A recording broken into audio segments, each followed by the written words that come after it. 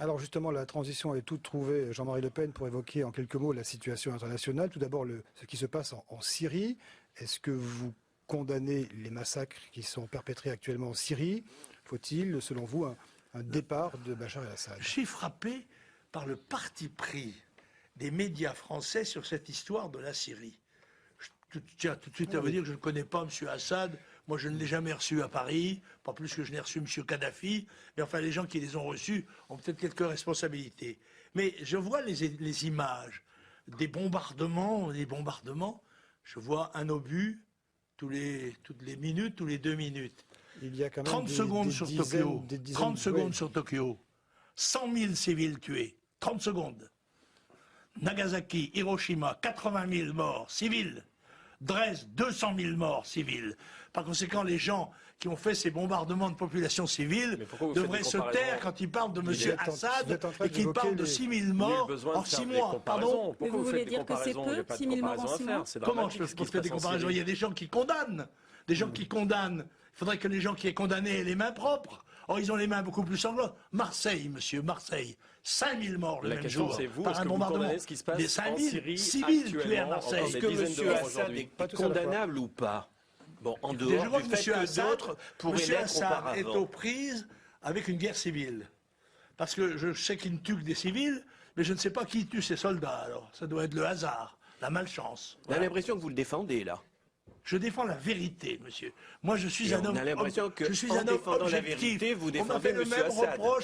on m'a fait le même reproche en Libye, quand l'armée française s'est vantée d'avoir fait 10 000 sorties militaires contre les armées de Kadhafi. Le résultat, nous l'avons. Première déclaration du responsable nouveau, c'est qu'on va établir la charia. L'anarchie règne dans le pays, la torture est de règle. Voilà ce que M. Bernard-Henri Lévy et M. Sarkozy ont fait. Et M. Juppé... Vous regrettez M. Kadhafi? Je regrette la paix qui régnait. Ah oui, c'était le pays d'Afrique où le niveau de vie était supérieur. C'est le premier pays. Donc, oui. donc vous souhaitez... Vous pensez que c'est la démocratie qui a triomphé et vous pensez que c'est la démocratie qui triomphera en Libye si jamais M. Assad était obligé de partir? Donc Jean-Marie Le Pen, clairement, vous souhaitez son maintien, son soutien. Enfin... Je ne souhaite rien du tout, monsieur. J'observe. Je suis neutre. On a l'impression d'écouter quand même. Infiniment, mon opinion est liée au sentiment que j'ai de la vérité. Et quand je vois des campagnes de propagande, eh bien, je me défie. Je compare ce que dit la propagande et ce que je vois moi-même, ce que je peux contrôler moi-même, les informations qui me parviennent. Et elles ne sont pas parallèles, voyez-vous?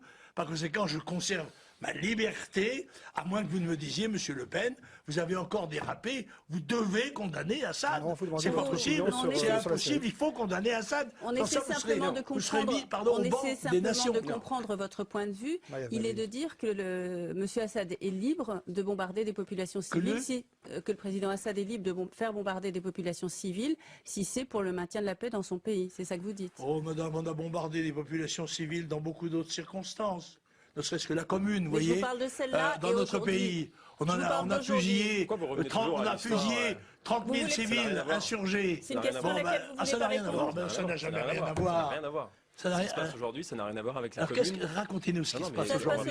Vous avez l'air d'être un expert de la chose. On va faire un cours d'histoire, simplement, ça n'a rien à voir. Quelle est votre réaction par rapport à aujourd'hui, les tortures d'enfants et les bombardements quotidiens sur la ville de Homs? Vous avez été témoin de tortures d'enfants? C'est rapporté par les journalistes qui sont sur place. Par les journalistes qui sont sur place. Non, il y a des journalistes qui sont sur place. Par des journalistes qui sont sur place. Certains sont morts. Vous contestez le fait qu'il y a des journalistes morts là-bas? Certains sont morts. Oui, mais certains sont morts, oui. Oui. Bon. Donc ils essaient de faire leur travail. Moi j'ai été en chercher un, vous voyez, en Égypte. De leur vie, J'ai été chercher le cadavre de Jean Roy, moi, en Égypte, en 56, vous voyez. Le même jour, d'ailleurs, un autre journaliste de Match avait été tué en Hongrie. Voilà. Donc, la question de savoir si le président Assad est dans son droit. La question de savoir si le président Assad est dans son droit et dans sa liberté d'exercer son pouvoir de président, vous n'y répondez pas aujourd'hui. Madame, Monsieur Assad est un chef de gouvernement qui est aux prises avec une contestation qui est à la fois civile et militaire, puisqu'on parle beaucoup de l'armée syrienne libre, que d'ailleurs on va espérer armer, un peu comme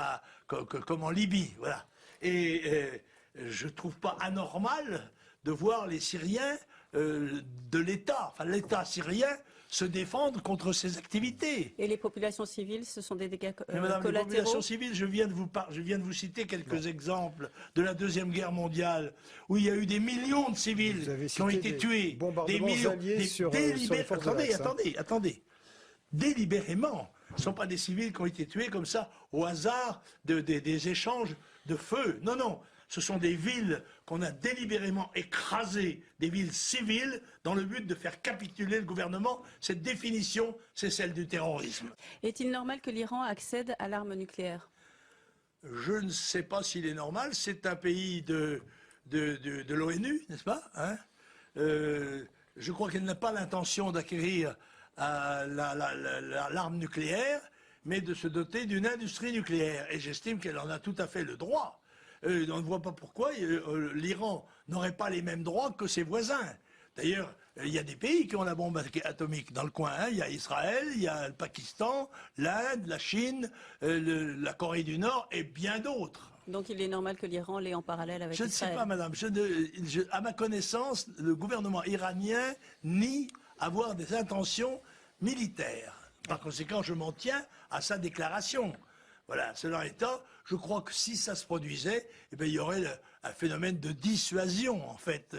On sait bien que c'est l'équilibre de la terreur. Cela étant, il est bien évident que la profusion de l'arme nucléaire dans le monde peut avoir des conséquences absolument dramatiques sur la paix de celui-ci. Et moi, je crois qu'il y a une politique à préconiser, ce serait le désarmement nucléaire. C'est-à-dire que les pays qui ont des armements nucléaires commencent progressivement à désarmer pour prouver leur désir de paix. Eh bien, c'est cette déclaration, curieusement pacifiste, hein, de votre part, Jean-Marie Le Pen. Et pourquoi non? Que ça termine cette édition de Radio France Politique.